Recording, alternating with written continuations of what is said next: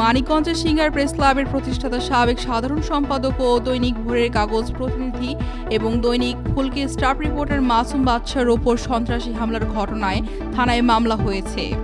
মামলার আসামিরা হল উপজেলার ধল্লা মধ্যপাড়া গ্রামের মৃত নিজামউদ্দিনের ছেলে আব্দুস সালাম ওরফ ইয়াবা সালাম, ধল্লা লক্ষ্মীপুর গ্রামের মৃত গিয়াসউদ্দিন, গাদুর পুত্র হুমায়ুন ওরফে ইয়াবা হুমায়ুন, তুফান আলীর ছেলে আনোয়ার হোসেন, কাউসারের ছেলে নিজাম ও জনাব আলীর ছেলে ওয়াজউদ্দিন সহ অজ্ঞাত আরও ৮ থেকে ১০ জন।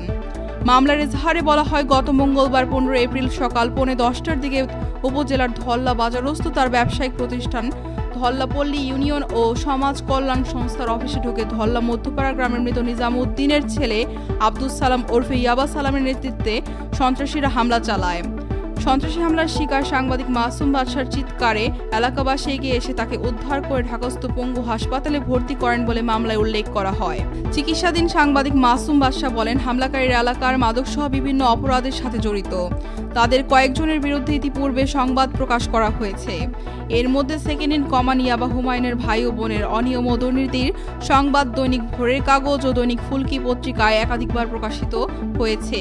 এরই জের ধরে তারা হামলা ও হত্যার পরিকল্পনা করে। ৫ আগস্ট পরবর্তী সময়ে হামলাকারীরা খোলস পাল্টে বিএনপির রাজনীতিতে যোগ দিয়ে বিএনপির নাম ব্যবহার করে বিভিন্ন অপকর্ম করছে এবং আমার কাছে চাঁদা দাবি করে।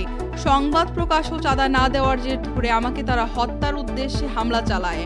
বর্তমানে তিনি আসামিদের ভয়ে নিরাপত্তাহীনতায় রয়েছেন বলেও জানান।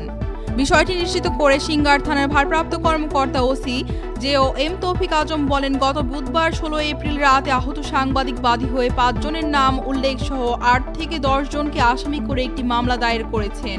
আমরা আসামিদের ধরতে জোর চেষ্টা চালিয়ে যাচ্ছি।